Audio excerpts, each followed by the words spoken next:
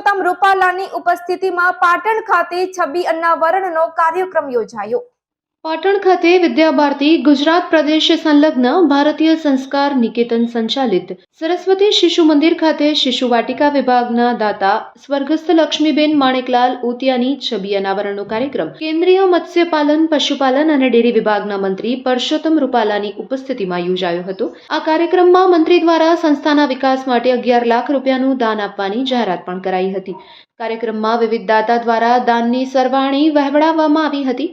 આ પ્રસંગે સંબોધન કરતા મંત્રી પરસોત્તમ રૂપાલાએ જણાવ્યું હતું કે વિદ્યાર્થીઓમાં સાચી કેળવણીનું જતન આ સંસ્થા દ્વારા કરવામાં આવી રહ્યું છે। આપણી જૂની પ્રણાલિકા ફરીથી બાળકોમાં સ્થાપિત થાય તે માટે વિદ્યા ભારતી અને શિશુ મંદિરની શરૂઆત થઈ છે। માતૃભાષાની આવશ્યકતા પર ભાર મૂકતા મંત્રીએ જણાવ્યું હતું કે હું અંગ્રેજી કે અન્ય ભાષાનો વિરોધ નથી કરતો।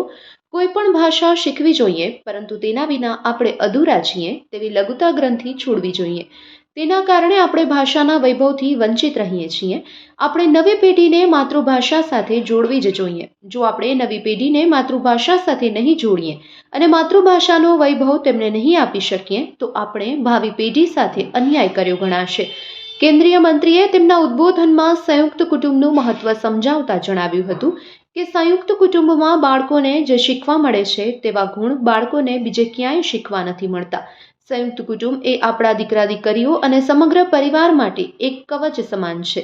બાળકો સંયુક્ત કુટુંબની વિભાવનાથી વાકેફ થશે તો જ તેને અનુસરવાની ભાવના અને વડીલો પ્રત્યે માન સન્માનની સંસ્કારિતા તેમનામાં વિકસશે।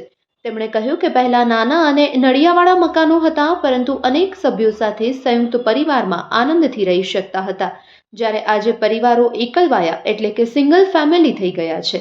માસી ફોઈ જેવા સંબંધો નવી પેઢીને ખબર જ નહીં હોય, જેથી આવા સંબંધોની વ્યાખ્યા પણ બાળકોને શીખવવી પડશે તેવું ભયસ્થાન તેમણે વ્યક્ત કર્યું હતું। મંત્રી શ્રી રૂપાલાએ ભાષા સાથેનું અનુસંધાન જાળવી રાખવા સમાજને સભાનતાપૂર્વક પ્રયત્ન કરવા હિમાયત પણ કરી હતી। આ ઉપરાંત દેશની ઇકોનોમી, રામ મંદિર નિર્માણ, એક સાથે અનેક ઉપગ્રહ અને ચંદ્રયાનની સફળતા, મિલેટ્સને કઈ રીતે સમગ્ર વિશ્વએ અપનાવ્યું તેમજ યોગને આજે વિશ્વમાં સર્વોચ્ચ સ્થાન મળ્યું તે વિશે પણ ગૌરવભેર મંત્રીશ્રીએ પ્રેરક વાત કરી હતી।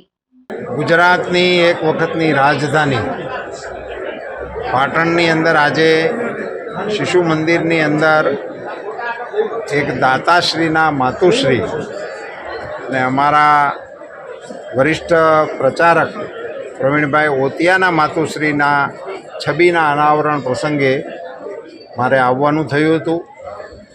પ્રસંગનું મહત્ત્વ એવું હતું કે પરિવારની પૈતૃક મિલકતનું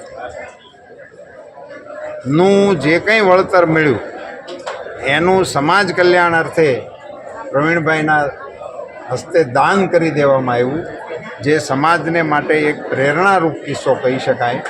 અને એમાં એમના માતુશ્રીના છબીના અનાવરણનો કાર્યક્રમ એમાં ભાગ લેવાનું થયું। આ પ્રસંગે શહેરના ગણમાન્ય નાગરિકો અને આ સંસ્થા સાથે જોડાયેલા શ્રેષ્ઠીઓને સૌને મળવાનું પણ થયું। સાથે સાથે સમાજ જીવનના આપણા ઘટકો, કુટુંબ વ્યવસ્થા અને આપણી માતૃભાષા એ અંગેના મારા વિચારો પણ આ બેઠકની અંદર મને વ્યક્ત કરવાનો અવસર મળ્યો। કાર્યક્રમ ગરિમાપૂર્ણ રહ્યો અને સમાજની અંદર પ્રેરણા લેવા માટે લોકોને માર્ગદર્શન મળે એ પ્રકારનું એક વરિષ્ઠ પત્રકાર તરફથી જે આચરણ થયું એ પ્રશંસનીય છે। એટલે પ્રવીણભાઈ ઓતિયા દ્વારા એમના માતુશ્રીના સંસ્મરણાર્થે આ એક ખૂબ સુંદર પ્રશંસનીય કાર્ય થયું છે।